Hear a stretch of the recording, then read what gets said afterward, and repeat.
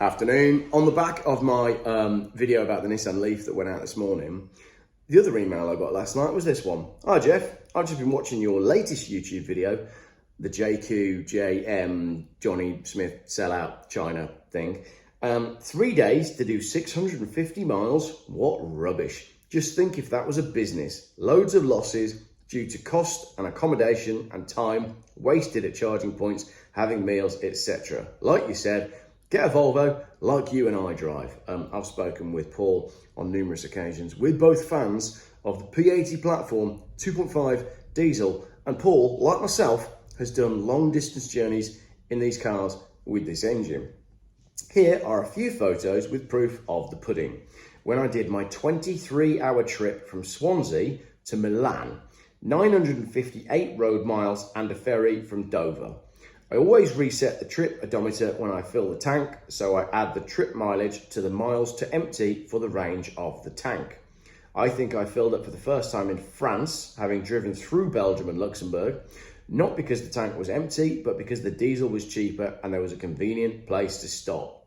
The photos are date and time stamped. I stopped to sleep between 5:50 AM and 9:20 AM, and actually, in my experience, if you leave the UK and get a late night ferry or tunnel, 5 o'clock in the morning is about the time you need to have a nap.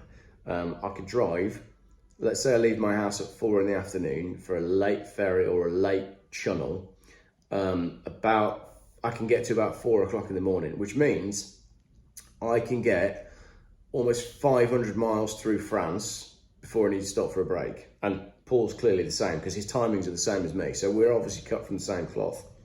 As well as having had a break waiting for and on the ferry, which was at midnight.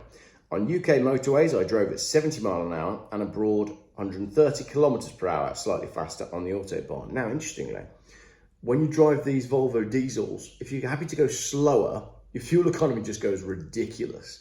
70 miles an hour, the car's probably dribbling around about 45, 46, 47 miles to the gallon. But if you slow down to more like 60 in these Volvos, your economy just goes nuts. As I proved when I took my green one down to Le Mans and I got something like 63 miles to the gallon between my house and Dover.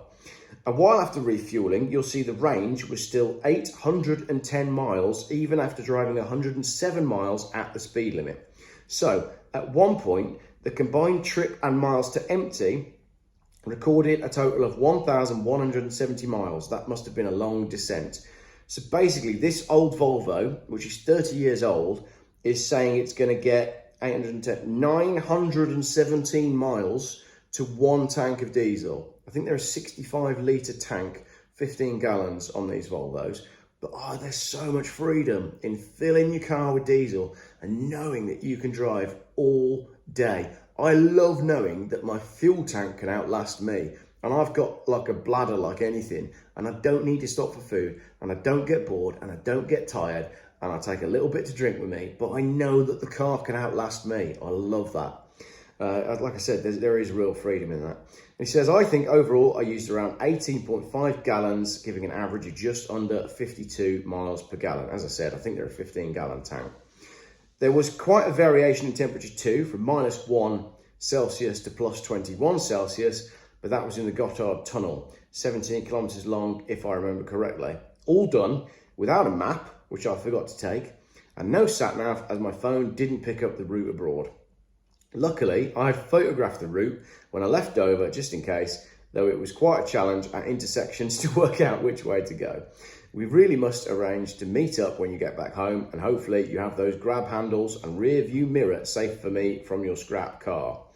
Yes, I have. I've got the grab handles stashed safely somewhere in my house. I'm pretty sure I took the rear view mirror off, but if I didn't, I've got another one that you can have. Anyway, enjoy the next stage of your trip. I look forward to future videos. Kind regards, Paul, and he sent loads of photos, which I've dropped in the video. These older Volvos, right, in the 90s, when diesel technology was just coming along, we were able to eke out epic distances from our cars. Look at the video that, I can't remember who did the video, sorry, it's really embarrassing, on the Audi A2 TDI. We had the Audi A2 TDI, the Ford Focus and Fusion and Fiesta, the TDCi engines. We were getting 60, 70 miles to the gallon out of those. The little Renault 1.5 I had a Renault 1.5, a Clio 1.5 DCI that I could average 78 miles to the gallon with. There was a moment in motoring where we were going so far for so little money, and that's clearly why it had to stop. So there you go. That is a 3-day challenge, 12 hours in our Volvos. I'd like to do something in the summer. I'd like to do an event. I ain't doing a static car show because they're boring and they always go wrong, Auto Alex. And they're only really there to sell merchandise, Auto Alex, if that's what you want to do, and I'm not really interested in that. What I'd like to do is, I would like to do some sort of driving challenge, some sort of event, some sort of long distance thing, so maybe I'll work on that. And as well, MacMaster texted me last night after watching my video about the JQ road trip, not road trip. And he basically texted me and said, you know what, you're right, let's do something. So let me know in the comments what YouTube road trip you would like to see. Would it be in a diesel Volvo? I bought another Volvo the other night.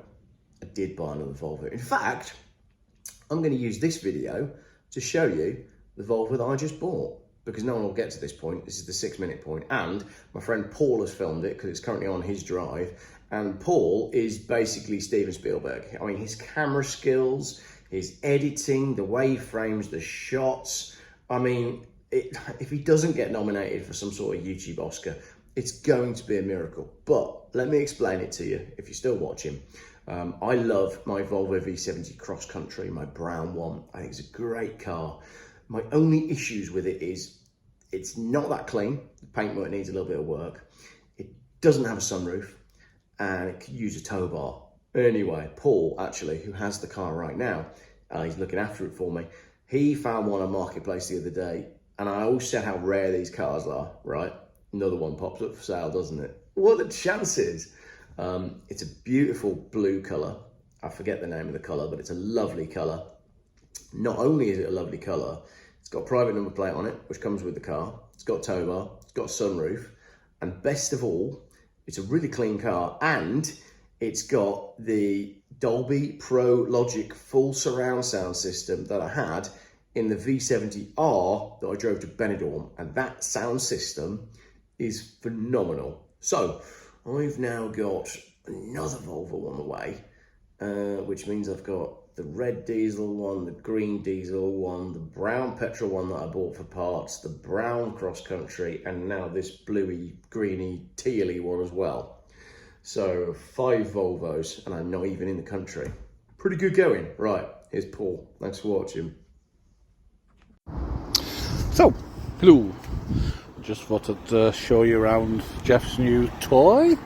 It's a Volvo X70 P1 or Mark 1 or whatever you want to call it. I'm sure somebody will tell me what it is in the comments. Right, let me swing the camera and I'll show you. Hang on. Oh, that's just the door. Don't worry about that. It's fine. Right, so we have... It's green, not blue, but it looks green. Currently doesn't start because there's no battery in it. But, there you go. Yeah, it's actually green. The bodywork's all clean. Decent size. So very nice, very nice. It's lovely. Show you inside. You don't worry about that, they'll do that. Yeah. Very nice. Stack load of history with it. Sunroof. Don't know if the sunroof works, obviously, because there's no battery. It's got the Dolby surround sound on it.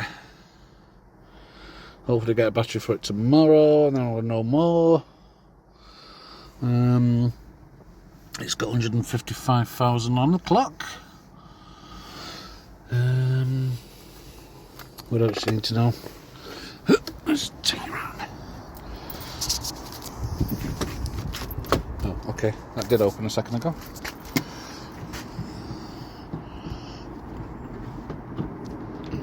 just locked itself.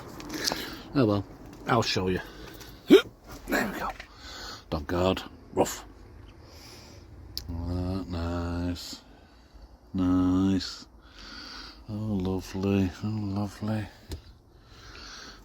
Yeah. Electric seats. Ooh. Yeah, and that's about it, really. There's anything else I can show you. I'll just see if it probably won't start. Let's just give it a go, shall we? Yeah, nothing. Dead as a doornail. So yeah, I'll hopefully get it started tomorrow and I'll be able to show you a bit more. Alright, love you, bye. Right, so I thought I'd do a part 2 of the video. So as you can see, it is now up and running. New battery, thanks to a friend of mine. All running sweet as not, absolutely fine. And we'll go inside.